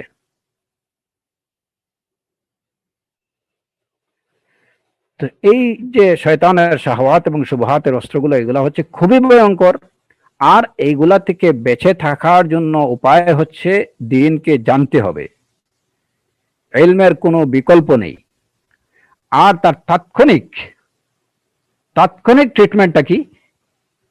তাৎক্ষণিক ট্রিটমেন্ট হচ্ছে আউযু বিল্লাহি মিনাশ শাইতানির রাজিম, আউযু বিল্লাহি মিনাশ শাইতানির রাজিম। এখানে দেখেন আরো একটা বিষয়, যে শয়তান অনেক সময় যে মানুষকে প্রতারিত করে, আল্লাহর সিফাত দ্বারাও প্রতারিত করে, আল্লাহর আসমা এবং সিফাতের দ্বারাও মানুষকে প্রতারিত করে। যেমন, এবং এই যে আসমা এবং সিফাত দ্বারা প্রতারণা করা, এটা শুবহাতের পর্যায়ভুক্ত, এটা শুবহাতের পর্যায়ভুক্ত। যেমন একজন মানুষের সামনে তার মনের মধ্যে কি দিল, আচ্ছা গুনাহ খাতা তো তুমি করতেছো, তুমি যত গুনাহই করো না কেন, আল্লাহ গফুরুর রহিম। আল্লাহর কি হচ্ছে যে তিনি গফুরুর রহিম, অত্যন্ত ক্ষমাশীল, অত্যন্ত দয়ালু। সুতরাং এই সামান্য টুকিটাকি বিষয়কে আল্লাহ পাকড়াও করবেন না, এগুলা নিয়ে এত ভাবার কিছু নেই। আল্লাহই তো বলে দিয়েছেন, লা তাকনাতু মির রাহমাতিল্লাহ ইন্নাল্লাহা ইয়াগফিরুয যুনুবা জামিআ, আল্লাহ রহমত থেকে নিরাশ হয় না, তিনি তোমাদের সব গুনাহ ক্ষমা করে দেবেন। তাহলে আবার চিন্তার কি আছে? সুদ, ঘুষ, জিনা, ব্যভিচার, যা পারো করো, অসুবিধা নাই। ইন্নাল্লাহা ইয়াগফিরুয যুনুবা জামিআ ইন্নাহু হুয়াল গফুরুর রহিম। তো এই আয়াতের দ্বারা আল্লাহর আসমা এবং সিফাতের দ্বারা সে কি হচ্ছে, এইগুলার দ্বারা তার মনের মধ্যে এগুলা সম্পর্কে তার মনে যে সংশয়গুলো আসতেছে, এগুলার দ্বারা সে প্রতারিত হচ্ছে। এগুলার ভুল ব্যাখ্যা শয়তান তার মনের মধ্যে ঢেলে দিচ্ছে। কারণ সাথে সাথে যদি কোরআনের ওই আয়াতগুলো তার মনের মধ্যে আসতো, যেখানে আল্লাহ আযজা ওয়া জাল্লা বলছেন যে তিনি আজিজুন যুনতিকাম, ইন্না আখযাহু আলীমুন শাদীদ, তিনি কাহ্হার। তো এই বিষয়গুলো আসলে তিনি আল জব্বার, তিনি আল মুতাকাব্বির, তাহলে কিন্তু সে বেপরোয়া হয়ে উঠত না। তাগরীর বিসিফাতিল্লাহ, আল্লাহর সিফাতের দ্বারা মানুষকে সে প্রতারিত করে। এমনি ভাবে এই বিষয়গুলো আগে বলছি, যেমন ধরেন এই যে কোরআনে কারীমের বিভিন্ন আয়াত, ফামান শাআ ফালইউমিন ওয়া মান শাআ ফালইয়াকফুর, অতএব যে চায় সে ঈমান আনুক, যে চায় কুফর করুক। যে আল্লাহ তো এখানে স্বাধীনতা দিয়ে দিয়েছেন, লাকুম দীনুকুম ওয়ালিয়া দীন, তাহলে অসুবিধাটা কোন জায়গায়? আবার যে আল্লাহ আজ্জা ওয়া জাল কোনো কিছু হয় না আল্লাহর ইচ্ছা ছাড়া, সুতরাং আমি চুরি চামারি বাটপারি যাই করতেছি সবই তো আল্লাহর ইচ্ছায় হচ্ছে, তো আল্লাহ আমাকে আযাব দেবেন কেন? আমি তো কিচ্ছু না, আমি তো পুতুল, আমাকে যেভাবে নাড়ানো হবে আমি সেভাবেই নড়তেছি, তো আমি আযাব পাবো কেন? আল্লাহর হাতেই তো সব, বিয়াদিহিল আমরু কুল্লু। এখন এই যে শুবহাতগুলোর সম্পর্কে তার এই সংশয়গুলো সে দূর করবে কিভাবে, কি দ্বারা? এগুলা যে শয়তানের জাল, এই সমস্ত জাল দিয়ে যে শয়তান তাকে পেঁচিয়ে আসে, সেখান থেকে সে বেরিয়ে আসবে কিসের দ্বারা? তার কাছে অস্ত্রটা কি? সেটা হচ্ছে ইলমে দ্বীন, সেটা হচ্ছে ইলমে দ্বীন।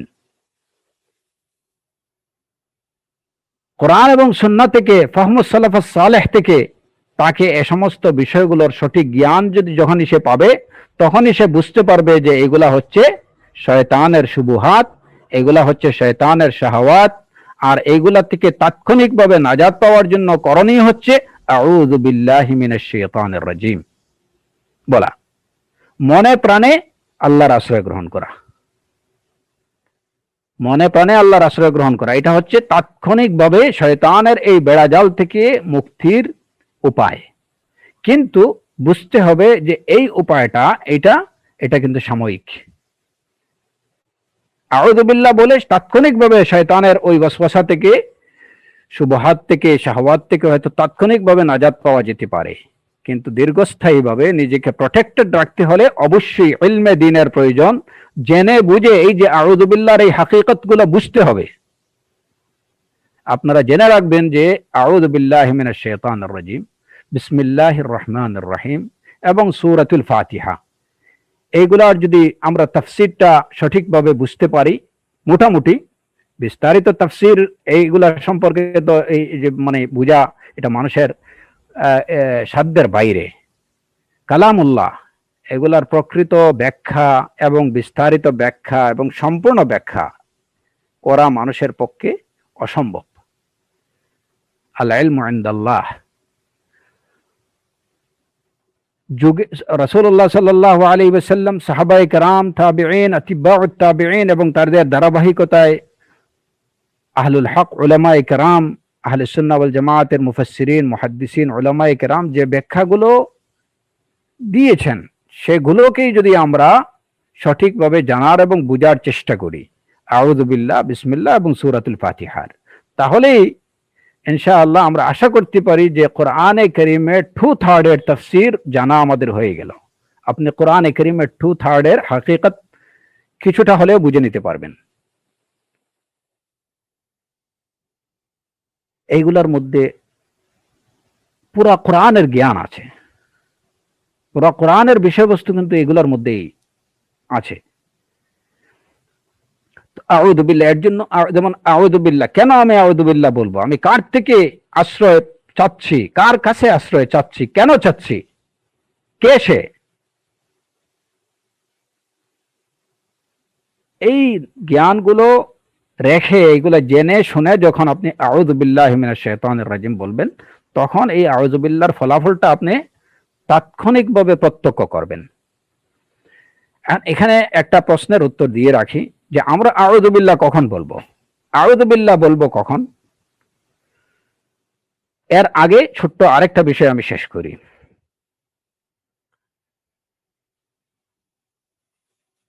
আউযু বিল্লাহ আমরা এখানে একটা বিষয় আপনারা লক্ষ্য করেন, আল্লাহ সুবহানাহু ওয়া তাআলা কোরআনে কারীমে বলেছেন, ফাইযা ক্বারা'তাল কুরআন ফাসতা'iয বিল্লাহি মিনাশ শাইতানির রাজিম। যখন আপনি কোরআন পাঠ করবেন তখন আল্লাহর কাছে শয়তানের রাজিম থেকে আশ্রয় প্রার্থনা করুন। ফাস্তাইজ বিল্লাহ, এখানে শব্দটা হচ্ছে ইস্তিআযা।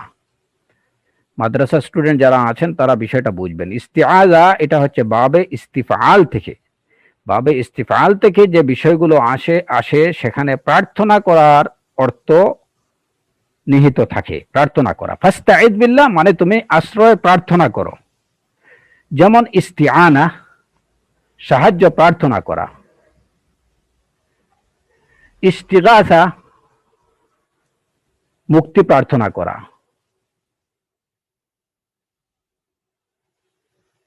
এইভাবে বাবে ইস্তিফআল থেকে যে শব্দগুলো আসে সেখানে প্রার্থনা করার অর্থ নিহিত থাকে, কিছু চাওয়া। ফাস্তাইজ বিল্লাহ, তুমি আল্লাহর কাছে আশ্রয় প্রার্থনা করো। এখন প্রশ্ন হলো যে যেহেতু আল্লাহ সুবহানাহু ওয়া তাআলা আমাদেরকে নির্দেশ দিয়েছেন ফাইযা ক্রাআতাল কুরআন ফাস্তাইজ বিল্লাহি মিনাশ শাইতানির রাজিম, তাহলে ওই নির্দেশ অনুসারে আমরা কোরআনে কারীম তিলাওয়াত শুরুর প্রাক্কালে আমাদের বলার প্রয়োজন ছিল আস্তাঈযু বিল্লাহি মিনাশ শাইতানির রাজিম, আস্তাঈযু বিল্লাহি মিনাশ শাইতানির রাজিম। যেমন সূরাতুল ফাতিহাতে আমরা বলছি ইয়্যাকা না'বুদু ওয়া ইয়্যাকা নাস্তাঈন, নাস্তাঈন ইস্তিআনা, যে আল্লাহ তোমার কাছে তোমারই ইবাদত করছি এবং কেবল তোমার কাছেই সাহায্য প্রার্থনা করছি, নাস্তাঈন ইস্তিআনা। অনুরূপভাবে এখানে ইস্তিআযা হওয়ার কথা যে আস্তাঈযু বিল্লাহি মিনাশ শাইতানির রাজিম, কিন্তু আমরা বলছি কি আউযু বিল্লাহি মিনাশ শাইতানির রাজিম। এবং সুন্নাহর মধ্যেও যতখানে ইস্তিআযার কথা আসছে সেখানে দেখা গেছে যে আসলে বলতে হয় আমাদেরকে কিভাবে, আউযু বিল্লাহ। আল্লাহ নবী বলেছেন আউযু বিল্লাহি আন আকুনা মিনাল জাহিলিন।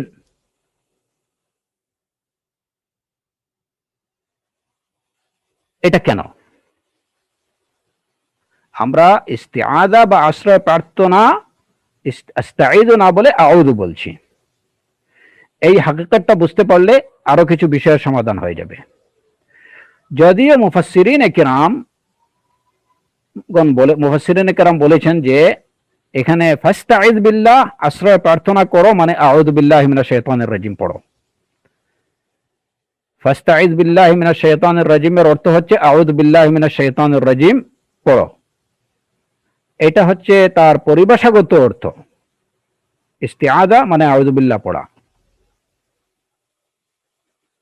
যেমন তাহমিদ করা তার মানে আলহামদুলিল্লাহ বলা, তাহলিল করা তার মানে লা ইলাহা ইল্লাল্লাহ বলা, তাকবীর করা মানে আল্লাহু আকবার বলা, বাসমালা পড়া মানে বিসমিল্লাহির রহমানির রহিম বলা, ইস্তিআযা করা তার মানে আউযু বিল্লাহি মিনাশ শাইতানির রাজিম পড়া। কিন্তু যদি কোরআনে কারীমের এই আলফাজ বা এই লফজের দিকে যদি আমরা প্রত্যক্ষ করি তাহলে সেখানে নির্দেশ অনুসারে আমাদেরকে বলার কথা আস্তাঈযু বিল্লাহি মিনাশ শাইতানির রাজিম, আমি আশ্রয় প্রার্থনা করছি আল্লাহর কাছে শয়তানের রাজিম থেকে। কিন্তু তা না বলে আমরা ডিরেক্টলি বলছি আউযু বিল্লাহ, আউযু বিল্লাহ। আউযু বিল্লাহ এবং ইস্তিআযার অর্থে মানে শাব্দিক অর্থের মধ্যে পার্থক্য কি দেখুন। আউযু আমি আশ্রয় গ্রহণ করছি, আলজাউ ইলাল্লাহ। আউযু বিল্লাহ আমি আল্লাহর নিকট আশ্রয় গ্রহণ করছি, এখানে আমি প্রার্থনা করছি না, আশ্রয় প্রার্থনা করছি না, ডিরেক্টলি আমি আল্লাহর আশ্রয় গ্রহণ করছি। উদাহরণ আমি দিই তাহলে বিষয়টা আপনাদের কাছে আশা করি ক্লিয়ার হবে। যেমন ধরেন আপনি কোনো একটা অফিসে ঢুকবেন, অনুমতি প্রার্থনা করছেন, অনুমতি প্রার্থনা করছেন, মে আই কামিং স্যার, আমি আসতে পারি? হয়তো বস আপনাকে বলতে পারে আসো নতুবা পরে আসো, যাও। আপনি অনুমতি প্রার্থনা করছেন আর অফিসে ডিরেক্টলি ঢুকে বলছেন যে আমি চলে আসছি।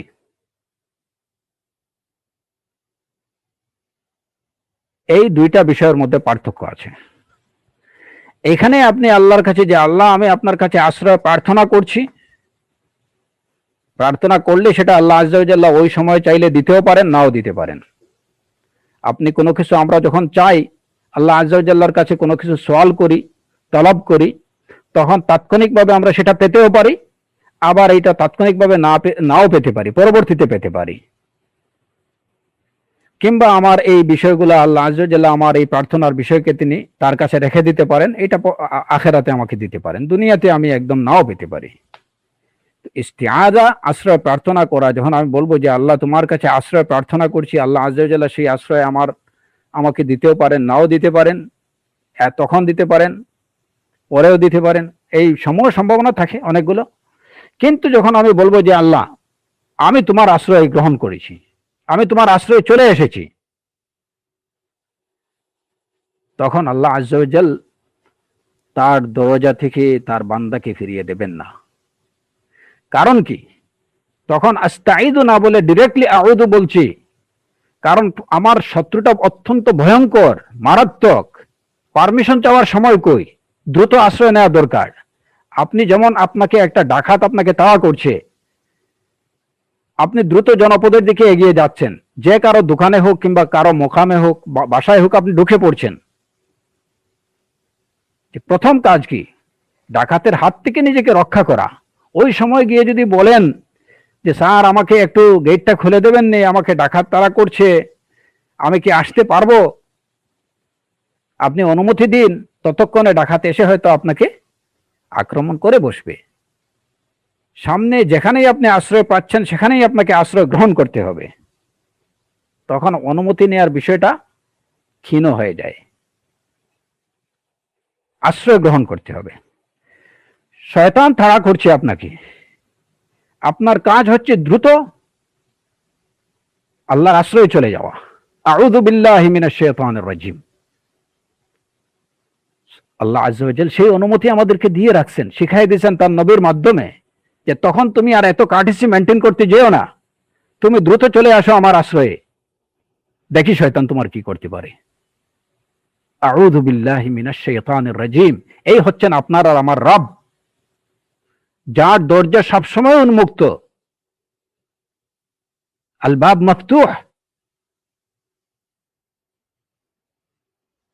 এবং এই অনুমতি তিনি দিয়ে রাখছেন তার নবীর মাধ্যমে আমাদেরকে, যে এই ভয়ঙ্কর শত্রু যখনই দেখবে যে সে তোমাকে আক্রমণ করতে যাচ্ছে, তুমি ডিরেক্টলি আমার আশ্রয়ে চলে আসো এবং বলো যে আল্লাহ আমি তোমার আশ্রয়ে চলে আসছি।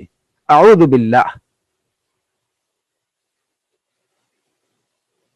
যে কারণে ওইখানে আমরা আস্তাঈযু বিল্লাহ, যেমন আমরা কুনুতের মধ্যে পড়ি,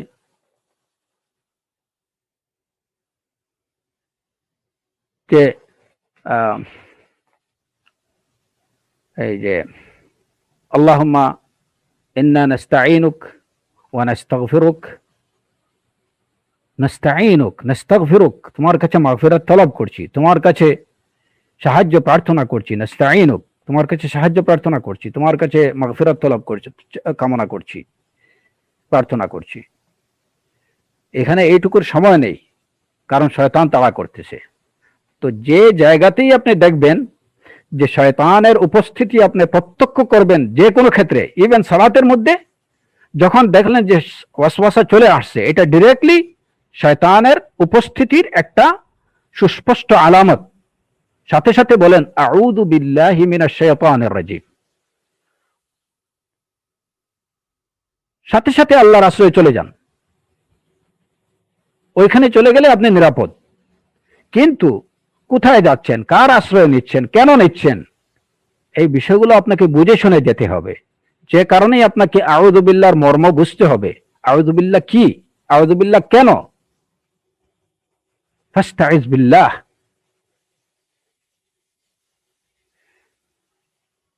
এই শত্রুটা যত মারাত্মক, কারণ এখানে আরেকটি বিষয় লক্ষণীয়। আমরা দেখেন যে বিসমিল্লাহির রহমানির রহিমের দিকে যদি আমরা তাকাই, ওইখানে প্রথমে বি ইসমি আল্লাহ, প্রথমে বি ইসমি আল্লাহ, প্রথমে বি ইসম শব্দটা। আউযু বিল্লাহর দিকে যদি তাকাই, তাহলে এখানে প্রথমে শব্দ হচ্ছে কি আউযু, এই ভার্বটা। আর বিসমিল্লাহর মধ্যে কিন্তু কোনো ভার্ব নেই, বিসমিল্লাহ শুরুতে কিন্তু কোনো ভার্ব নেই। আল্লাহর নামে আপনি শুরুই করতেছেন, আল্লাহর নামে বিসমিল্লাহ। আর এখানে প্রথমে আপনি আপনার কাজটা বলতেছেন যে আশ্রয় গ্রহণ করছি আল্লাহর নিকট, আউযু বিল্লাহ, আমি আল্লাহ আশ্রয় গ্রহণ করছি আল্লাহর নিকট। এখানে আশ্রয় গ্রহণ করা এই ক্রিয়াটা হচ্ছে শুরুতে। আর বিসমিল্লাহির রহমানির রহিমের ক্ষেত্রে এইখানে যদিও উলামায়ে কেরামরা বলছেন যে এখানে এটা যে ক্রিয়াটা আছে, যে ভার্বটা আছে, সেই ভার্বটা হচ্ছে এখানে মুকাদ্দার মাহযুফ, এটা উজ্জ। আপনি যখন খেতে যাচ্ছেন তখন মানে ওই কথাটা আপনার উজ্জ আছে যে আমি আল্লাহর নামে খেতে যাচ্ছি আল্লাহর নামে, আমি পড়তে যাচ্ছি আল্লাহর নামে, আমি লিখতে যাচ্ছি আল্লাহর নামে। ওই যে করতে যাচ্ছি, লিখতে যাচ্ছি, বলতে যাচ্ছি, খেতে যাচ্ছি, এই যে এই ভার্বগুলো ওই জায়গাতে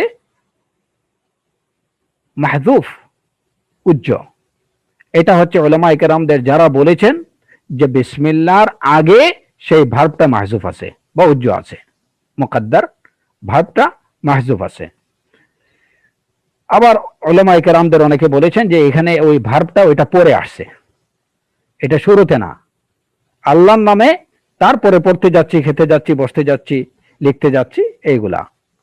তো যাই হোক, এখানে কথা হচ্ছে যে যদি আমরা মেনে নেই বিসমিল্লাহর শুরুতে ভার্বটা এটাকে উজ্জ রাখা হয়েছে, কিন্তু আউযু বিল্লাহর শুরুতে ভার্বটাকে উজ্জ রাখা হয়নি, এটাকে প্রকাশ করে দেওয়া হয়েছে। আউযু, আমি আশ্রয় প্রার্থনা করছি, আমি আশ্রয় গ্রহণ করছি, আউযু। আউযু, আমি আল্লাহর আশ্রয়ে চলে যাচ্ছি। এই দুইটার মধ্যে দুরকম কেন? এখানে এটা মাহযুফ এবং ওইখানে এটা প্রকাশ্য। এর কারণ হলো আউযু বিল্লাহতে এই আশ্রয় গ্রহণ করাটাই হচ্ছে মুখ্য বিষয়, আউযুতে আশ্রয় গ্রহণ করাটাই হচ্ছে মূল বিষয়, আল্লাহর আশ্রয়ে চলে যাওয়া। আউযু বিল্লাহ, শয়তান থেকে শয়তান তাড়া করছে, আপনি আশ্রয়ে চলে যাচ্ছেন, আল্লাহর নিরাপদ আশ্রয়ে চলে যাচ্ছেন। এখানে এটাই সবচেয়ে বেশি দরকার। যেমন এখানে এই বিষয়টাকে উজ্জ রাখার কি নেই, কোনো সুযোগ নেই। কারণ এখানে মূল বিষয় শয়তানের তাড়া খেয়ে আপনাকে আশ্রয় গ্রহণ করাটা হচ্ছে আপনার মূল বিষয়, বা এটাই হচ্ছে আপনার মূল উদ্দেশ্য। সুতরাং সেটাকেই আপনার এক্সপ্লেন করতে হবে, আমি আশ্রয় গ্রহণ করছি, আমি আশ্রয়ে চলে যাচ্ছি আল্লাহর, আউযু বিল্লাহ। তো যদিও এই যে আউযু বিল্লাহর অর্থের মধ্যে আশ্রয় প্রার্থনা করা, কিন্তু এটা গতানুগতিক প্রার্থনা না, এটা হচ্ছে আমি চলে আসছি, হে আল্লাহ আমি তোমার কাছে চলে আসছি, আউযু বিল্লাহ। কিন্তু বিসমিল্লাহতে বিষয়টা যেহেতু ওরকম না, এখানে হচ্ছে আমি শুরুতে হয়তো বলেছিলাম, আর যদি না বলে থাকি বা এই বিষয়গুলো ইনশাআল্লাহ পুনঃ আলোচনা করব, যে আউযু বিল্লাহর মধ্যে কেন আমরা বিসমিল্লাহর আগে আউযু বিল্লাহ পড়ছি। তার কারণ হচ্ছে যে অনিষ্টকে দূর করা এটা হচ্ছে প্রথম কাজ, এরপরে হচ্ছে কল্যাণ লাভ করা। আগে অনিষ্ট দূর করতে হবে, শরীরকে আগে সুস্থ করে তুলতে হবে, অসুস্থতা দূর করতে হবে, তারপরে আপনার ভিটামিন আপনি যাই খান পরে খাবেন, কিন্তু আগে অনিষ্ট দূর করা দরকার। আউযু বিল্লাহ দ্বারা আমরা অনিষ্ট দূর করছি, শত্রু থেকে আত্মরক্ষা করছি। আর বিসমিল্লাহির রহমানির রহিম দ্বারা আমরা বারাকা লাভ করছি। এখন যেহেতু বিসমিল্লাহির রহমানির রহিম এটা হচ্ছে জলবুল মানফা, উপকার লাভের বিষয়, সুতরাং আমি যখন এই যে বিষয়টাকে, যে আমি খেতে যাচ্ছি, পড়তে যাচ্ছি, লিখতে যাচ্ছি আল্লাহর নামে, প্রথম কথা হচ্ছে যে ওইটাকে উজ্জ্ব রাখলে আমার সমস্যা নেই, উজ্জ্ব রাখলে এটা আমার সমস্যা নেই, কারণে যে আমি আল্লাহর নামে করছি। যখন আমি বলবো যে আল্লাহ তোমার নামে করছি, আল্লাহ আজ্জা ওয়া জাল্লা দেখছেন যে আমি কি করছি, সুতরাং এটা আমার বলার দরকার নেই আকরাউ বিসমিল্লাহির রহমানির রহিম, আকতুবু বিসমিল্লাহির রহমানির রহিম, আকুলু বিসমিল্লাহির রহমানির রহিম, আকরাউ বিসমিল্লাহির রহমানির রহিম, এটা বলার দরকার নেই। কারণ কি, আমার রব দেখছেন যে তার নামে আমি কি করছি। যেভাবে সালাতে দাঁড়ানোর পরে আমার বলার দরকার নেই যে নাওয়াইতু আন উসাল্লিয়া লিল্লাহি তাআলা আরবা'a রাকাতাই আও সালাতুল ফজরি আও সালাতুল যুহরি, এগুলা বলার দরকার নেই। আমি সালাতে দাঁড়িয়েছি, কোন সালাতে দাঁড়িয়েছি, কোন ওয়াক্তের সালাতে দাঁড়িয়েছি, কয় রাকাত পড়বো, সবকিছুই আমার রব জানেন। সুতরাং তাকে ওই বিষয়গুলো আমার আর উচ্চারণ করে জানানোর দরকার নেই। আনতুম আ'লামু আমিল্লাহ আতুআল্লিমুনাল্লাহা বিদীনিকুম, আল্লাহকে কি দিন শেখাতে হবে? আমি কোন সালাতে দাঁড়াইছি, কয় রাকাত পড়বো, এটা তো আল্লাহ জানেন। আমি ওই নিয়তেই তো আসছি, সেটা আমার নিয়তের মধ্যে আছে। সুতরাং আমি খেতে বসছি না পড়তে বসছি না লিখতে যাচ্ছি, এটা আল্লাহ আযজা ওয়াজাল্লাহ দেখতেছেন, সেটা আমার উজ্জ্বল রাখলে অসুবিধা নেই। কিন্তু এখানে আউযু বিল্লাহি মিনাশ শাইতানির রাজিমের মধ্যে বিষয়টা হচ্ছে যে আমি এখানে আশ্রয়ের প্রার্থী, সেই আশ্রয়ের প্রার্থনা আমার করতে হবে। আমি যে আশ্রয় গ্রহণ করছি সেটাকে জানান দিতে হবে আমাকে। আল্লাহ আযজা ওয়াজাল্লাহ সেটাই বলছেন, ফাস্তাইজ বিল্লাহি মিনাশ শাইতানির রাজিম। এখন সেটা তুমি বলতে পারো, হয়তো আমরা কি যে আল্লাহ তোমার কাছে আশ্রয় প্রার্থনা করছি, কিন্তু আমার এই সময় নেই। আল্লাহ আযজা ওয়াজাল্লাহ বলছেন তুমি দ্রুত এসে বলো, জানান দাও আমাকে। এই জানানোটা হচ্ছে তলব, বা এটাই হচ্ছে প্রার্থনা। আমি চলে আসছি। ধরেন আপনি একটা অফিসে গিয়ে বললেন আপনার বসকে, স্যার আমি চলে আসছি। এই চলে আসার মধ্যে কিন্তু আপনার অনেক কিছুই কি আছে, অনেক প্রার্থনা আছে, অনেক বিষয়ের জানান দেয়া আছে। আমি আপনার কাছে চলে আসছি। যখন আপনি আপনার ঊর্ধ্বতন কোনো কর্মকর্তার সামনে গিয়ে আপনি বলবেন যে স্যার আমি আপনার কাছে চলে আসছি, আমি আপনার কাছে চলে আসছি, তার মানে কি, এবার আপনি আমার ভালো মন্দ দেখেন, আপনার যা ইচ্ছা করেন, আমি চলে আসছি। মহান রব্বুল আলমিনের সামনে আমার উপস্থিতি, শয়তানের তাড়া খেয়ে বা শয়তান থেকে আশ্রয় রক্ষার জন্য আমি আমার রবের কাছে গিয়ে বলবো, হ্যাঁ রব, আল্লাহ আমি তোমার কাছে চলে আসছি, আউযু বিল্লাহ। এইখানে বিষয়টা উজ্জ্বল রাখার কোনো সুযোগ নেই। তো যে কারণে আমরা আস্তাইজুর পরিবর্তে আউযু পড়া আমাদেরকে রাসূলুল্লাহ সাল্লাল্লাহু আলাইহি ওয়াসাল্লাম শিখিয়ে দিয়ে গেছেন।